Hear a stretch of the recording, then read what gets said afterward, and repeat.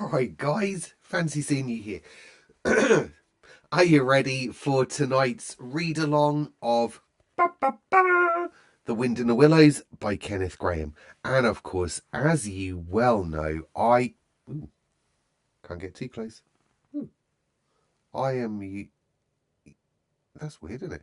I am using the Wordsworth edition. And tonight we are halfway through chapter 6, I want to say.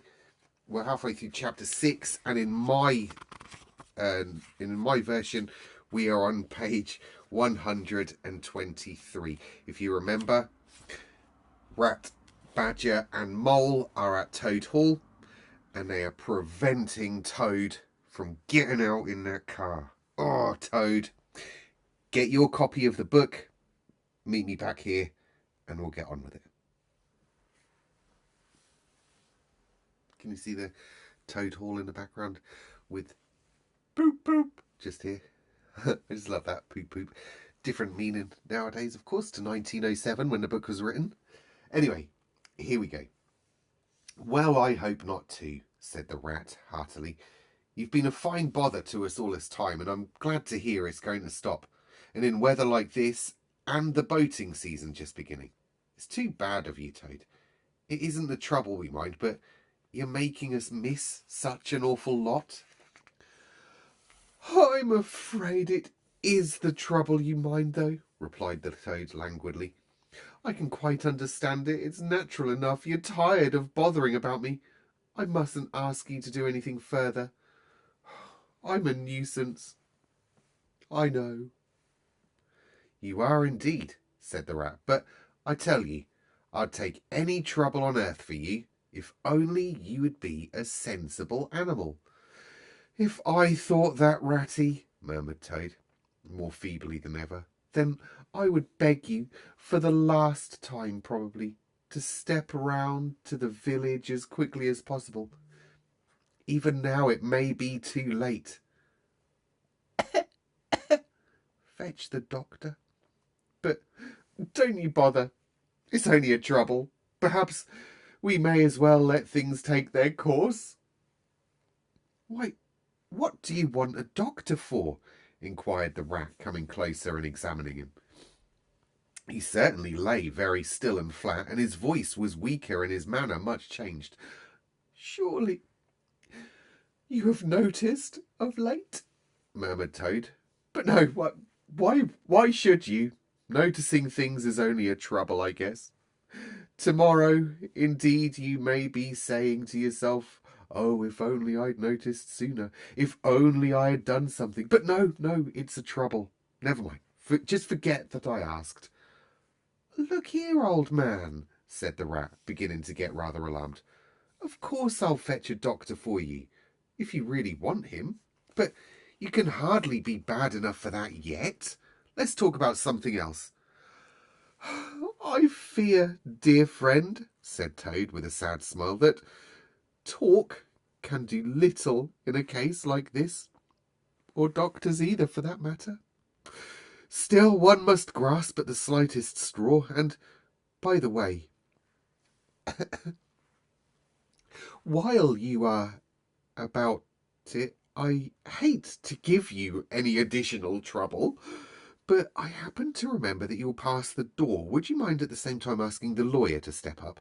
It would be a convenience to me, and there are moments, perhaps I should say there is a moment, when one must face disagreeable tasks at whatever cost to exhausted nature. A lawyer?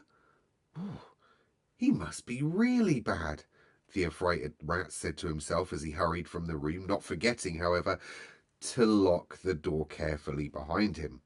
Outside, he stopped to consider. The other two were far away, and he had nobody to consult. It's best to be on the safe side, he said on reflection. I've known Toad fancy himself frightfully bad before, without the slightest reason, but I've never, ever heard him ask for a lawyer. If there's nothing really the matter, the doctor will tell him he's an old ass and cheer him up, and that will be something gained. But I'd better humour him and go. It won't take very long. So he ran off to the village on his errand of mercy. The toad, who had hopped lightly out of bed as soon as he heard the key turn in the lock, watched him eagerly from the window till he disappeared down the carriage drive. Then, laughing heartily, he dressed as quickly as possible in the smartest suit he could lay hands on at that moment, filled his pockets with cash, which he took from a small drawer in the dressing table, and next, knotting the sheets from his bed together and tying one end of the improvised rope round the central mullion of the handsome Tudor window, which formed such a feature of his bedroom, he scrambled out, slid lightly to the ground, and taking the opposite direction to the Rat, marched off light-heartedly, whistling a merry tune. It was a gloomy luncheon for Rat when the Badger and the Mole at length returned and he had to face them at table with his pitiful and unconvincing story. The Badger's caustic, not to say brutal, remarks may be imagined and therefore passed over. But it was painful to the Rat that even the Mole, though he took his friend's side as far as possible, couldn't help saying, "You've been a bit of a duffer this time, Ratty. Toad too, of all animals." "He did it awfully well," said the crestfallen Rat. "He did you awfully well," rejoined the Badger hotly. "However, talking won't mend matters. He's got clear away for the time, that's certain, and the worst of it is, he'll be so conceited with what he'll think is his cleverness that he may commit any folly. One comfort is that we are free now, needn't waste any more of our precious time doing sentry go. But we'd better continue to sleep at Toad Hall for a while longer. Toad may be brought back at any moment on a stretcher, or between two policemen." So spoke the Badger, not knowing what the future held in store, or how much water, and of how turbid a character was to run under bridges before Toad should sit at ease again in his ancestral hall. Meanwhile, Toad, gay and irresponsible, was walking briskly along the high road some miles from home. At first he had taken by-paths and crossed many fields and changed his course several times in case of pursuit, but now, feeling by this time safe from recapture and the sun smiling brightly on him, and all nature joining in a chorus of approval to the song of self-praise that his own heart was singing to him, he almost danced along the road in his satisfaction and conceit. "Excuse me. Smart piece of work that," he remarked to himself, chuckling. "Brain against brute force, and brain came out on top, as it's bound to do. Poor old Ratty. My, won't he catch it when the Badger gets back? A worthy fellow, Ratty, with many good qualities, but very little intelligence and absolutely no education. I must take him in hand some day and see if I can make something of him. Filled full of conceited thoughts such as these, he strode along, his head in the air, till he reached a little town where the sign of the Red Lion, swinging across the road halfway down the main street, reminded him that he had not breakfasted that day, and that he was exceedingly hungry after his long walk. He marched into the inn, ordered the best luncheon that could be provided at so short a notice, and sat down to eat it in the coffee room. He was about halfway through his meal when an only too familiar sound approaching down the street made him start and fall a-trembling all over. Poop, poop. It drew nearer and nearer. The car could be heard to turn into the inn-yard and come to a stop. Toad had to hold onto the leg of the table to conceal his overmastering emotion. Presently the party entered the coffee room, hungry, talkative, voluble of their experiences of the morning and the merits of the chariot that had brought them along so well. Toad listened eagerly, all ears for a time. At last he could stand it no longer. He slipped out of the room quietly, paid his bill at the bar, and as soon as he got outside, sauntered round quietly to the inn-yard. "There can't be any harm," he said to himself, "in my only just looking at it." The car stood in the middle of the yard, quite unattended. The stable helps and other hangers-on being all at their dinner, Toad walked slowly around it, inspecting, criticising, and musing deeply. I wonder, he said to himself presently, I wonder if this sort of car starts easily. Next moment, hardly knowing how it came about, he found he had hold of the handle and was turning it. As the familiar sound broke forth, the old affliction seized on Toad and completely mastered him, body and soul. As if in a dream, he found himself somehow seated in the driver's seat. As if in a dream, he pulled the lever and swung the car round the yard and out through the archway. And as if in a dream, all sense of right and wrong, all fear of obvious consequences, seemed temporarily suspended. He increased his pace as the car devoured the street and leapt forth on the high road through the open country. He was only conscious that he was Toad once more, Toad at his best and highest, Toad the terror, the traffic queller, the lord of the lone trail, before whom all must give way or be smitten into nothingness and everlasting night. He chanted as he flew, and the car responded with sonorous drone. The miles were eaten up under him as he sped he knew not whither, fulfilling his instincts, living his hour, reckless of what might come to him.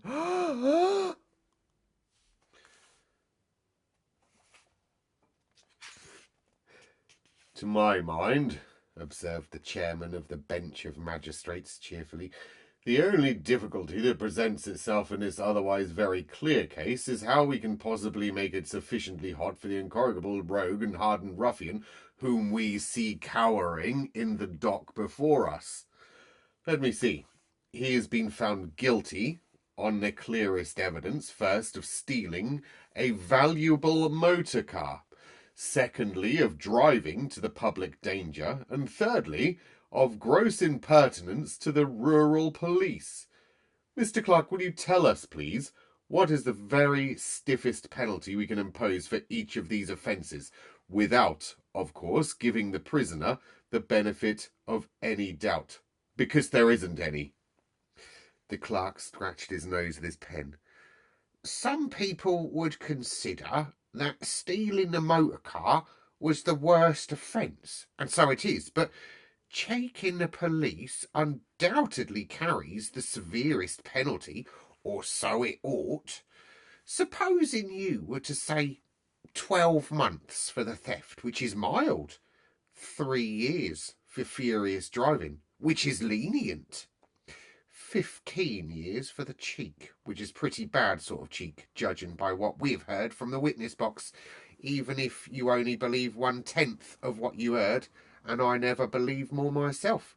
Those figures, if added together correctly, tot up to 19 years. First rate, said the chairman. So you had better make it around 20 years to be on the safe side, concluded the clerk. An excellent suggestion, said the chairman approvingly. Prisoner, pull yourself together and try and stand up straight. It's going to be 20 years for you this time, and mind, if you appear before us again upon any charge whatsoever, we shall have to deal with you very seriously.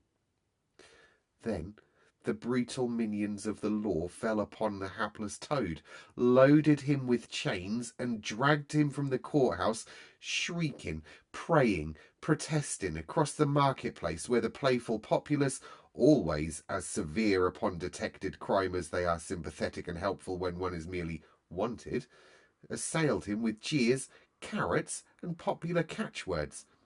Past hooting schoolchildren, their innocent faces lit up with the pleasure they ever derive from the sight of a gentleman in difficulties, across the hollow-sounding drawbridge, below the spiky portcullis, under the frowning archway of the grim old castle, whose ancient towers soared high overhead, past guard-rooms full of grinning soldiery off duty, past sentries who coughed in a horrid sarcastic way, because that is as much as a sentry is posed dare do to show his contempt and abhorrence of crime, up time-worn winding stairs, past men-at-arms in casket and corselet of steel, darting threatening looks across their visards, across courtyards where mastiffs chained at their leash and pawed the air to get at him, past ancient warders, their halberds leant up against the wall, dozing over a pasty and a flagon of brown ale, on, past the rack chamber and the thumbscrew room, past the turning that led to the private scaffold, till they reached the door of the grimmest dungeon that lay in the heart of the innermost keep. There at last they paused, where an ancient jailer sat fingering a bunch of mighty keys. "Odds bodikins," said the sergeant of police, taking off his helmet and wiping his forehead. "Rouse the old loon. Take over from us this vile toad, a criminal of deepest guilt and matchless artfulness and resource. Watch and ward him with all thy skill, and mark thee well, greybeard. Should aught untoward befall, thy old head shall answer for this, and a murrain on both of them." The gaoler nodded grimly, laying his withered hand on the shoulder of the miserable toad. The rusty key creaked in the lock, the great door clanged behind them, and Toad was a helpless prisoner in the remotest dungeon of the best guarded keep of the stoutest castle in all the length and breadth of merry England. Oh my days! Poor old Toad. Well, is he poor old Toad, or is he getting his just desserts? Oh my goodness. Toad is in prison, in a dungeon. That suddenly kicked off, didn't it? No build up there, it just happened. Lesson, kids. Lesson. So the next chapter is a bit Pink Floydy. The next chapter, chapter 7, is called The Piper at the Gates of Dawn. Good old Pink Floyd. I'll tell you what, and this hasn't got anything to do with Wind in the Willows. I didn't even mention an important event the other day. I completely brushed over it on here anyway, because I wasn't here. It was on that Friday when I did one early, remember, when I went to the city. November the 1st, that was. The Cure, as in one of my all-time faves, The Cure. They released a new album, didn't they? Have you heard it yet? Love it. It's not quite Disintegration. I'm going to say that. I'm going to go out there and say that. But I love it. My favourite one so far is Drone No Drone. Listen to it, The Cure. So yeah, that was out the other day. And on this like music thing, Pink Floyd, The Cure, look at us go. Something exciting happened in the S household last night at 9:30 p.m. Phoebe was in bed. Mr. S was downstairs watching rubbish on the TV. And I got an email bloop, on my phone, as did Phoebe bloop, on her phone. We got an opportunity in a 10-minute window from 9:30 till 9:40 p.m. to get tickets to see another one of our, not just my, our, Phoebe and I share this love, our favourite bands, and that was Idols, IDLES. But yeah, so she got a ticket, I didn't. and like the gig is in London, so on the 30 something of November. So yeah, so she got a ticket, I didn't. She doesn't want to go to London all on her Todd and go go to a really heavy rock gig on her own. Gosh. So she had to get a refund for her ticket today. As you can imagine, both of us were devastated by that. So yeah, that was the big news in the S household, but it wasn't actually that big because it was a bit of a letdown. So yeah, there was that. Yesterday I was meant to come along, wasn't I? But like I said, parents' evening at work, and I didn't get home till late. Then I had to go and walk the dog. Then I went and I think I went to the shop as well. So yeah, by the time I got here, it was way too late. It was time to be looking for Idols tickets. So yeah, and I couldn't leave it tonight, even though tonight was even later. I didn't eat any tea. I didn't walk the dog yet. I didn't go to the shop. I just came straight up here from work, as you can see, and did the story. What is it? It's now, well, it's 7:30 p.m. for me. So Yeah, yeah. You can see how late it was at work tonight. But that's okay. All of them late ones are done now. Why do I keep on seeing the sign above my head here? Look, the on-air sign. That's funny. Anyway, yeah, there's that. There's that. I haven't really got anything else exciting to tell you. Uh,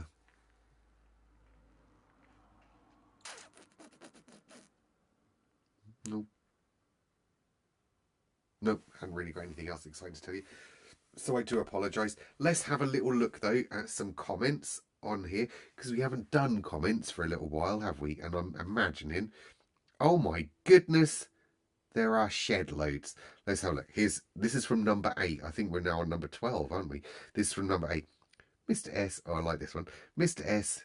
You really are such a kind, thoughtful man. Thanks, Dragonfly. Graham's writing really does bring his scenes to life. I love Otter's description of his journey through the snowy wood. The robins hopping about in their perky, conceited way puts me in mind of the wrens I have in my area. My favourite bird. Enjoy a trip to the city. Oh, I did enjoy my trip to the city. I did. I, you know, Dragonfly, you know when you like have loads of fun and then the next day is just the worst day ever and you're just really deflated. I've still got it and it's Wednesday and I went on Friday, Saturday. I just want some more fun now. I've got a taste for it. So, yeah, let's love how that Dragonfly. Here's Mary Bull. Thank you, Mr. S. Have a great evening. Thanks, Mary. Oh, here's Dragonfly again, number 9. Hard to believe it's already November. I know, right? November came crack-a-lacking along. Here's Gorilla. Hey, that's not your normal background. Time to revolt. Don't you be revolting because my background, or are you saying my background is revolting? That was on number 3. Come on, Gorilla. Number 7 here, episode number 7. Here's Melanie. Sorry for my absence. It's okay, as long as you're here now. I've had an unusually busy week and conking out early. I love this reading, droll and very comforting. When I was younger, I used to think droll meant like just boring. Like, oh, this is a bit droll. But obviously it doesn't. So, unless it's saying my reading is boring. Is Melanie again. Melanie, you went comment crazy because you missed out on some. She's on number 9 here. Liking your extra graphics. Well, I've got you saying you like them, and I've got Gorilla saying they're revolting. What's going on here? Especially the illustrated ones, as they seem more story-like, and a magic trick at the beginning. What was my magic trick? Number 9, what was my magic trick? I can't even remember. No, I can't remember what my magic trick was now. What did I actually do a magic trick? What did I do? I can't remember. Oh, was it like did I make the book I made the book disappear, didn't I?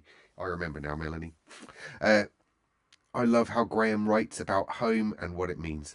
Yeah, me too. I would love, like, my dream, Melanie, is to maybe like a little bit, because I know a little bit about old Melanie here. Not old. That's a place where I come from. It's like a dialect there about lovely Melanie.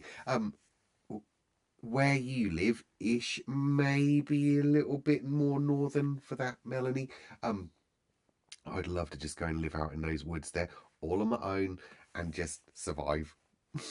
But similarly, I'd love to live in Rat's house, or Badger's actually. Rats because I could go on a boat, but badgers just because it seemed the most cosy. Probably not moles. I don't want to live in moles. Here's Dragonfly again. No apologies necessary for doing something just for yourself. It seems like Christmas stuff goes up earlier every year. Yeah, it does. On the way in this morning to school, Phoebe had us listening, and I hardly dare say it, to Christmas songs on the radio. Way too early. No. She gets excited for Christmas, and the boys do get excited for Christmas from like the 1st of November. No, by the time it gets to actual Christmas, you'll be fed up with Christmas. It has to be special, doesn't it? You know, I'm not a fan myself, but at least I make everything like the decorations, just the whole spirit of it. It feels special if you leave it till the last minute. Hang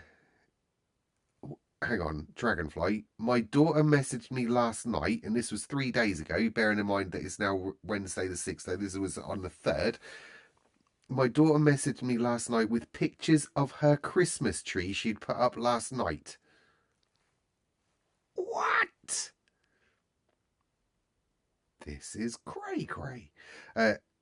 Here's Melanie again. I'm feeling moly on his little house.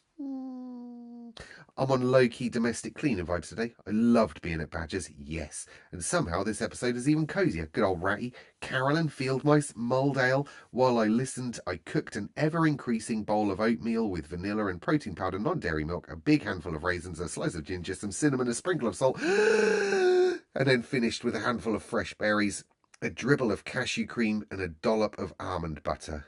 Good grief, Melanie. Here's Dragonfly. Oh, I'm commenting on Dragonfly. Here we are. Wow, you hit the ground running on your first day back? Yeah, I was shattered the other day. Cool, I've been sleeping well. Like, just as soon as my head hits this pillow, I'm out. Absolutely out. Here's Melanie. That toad.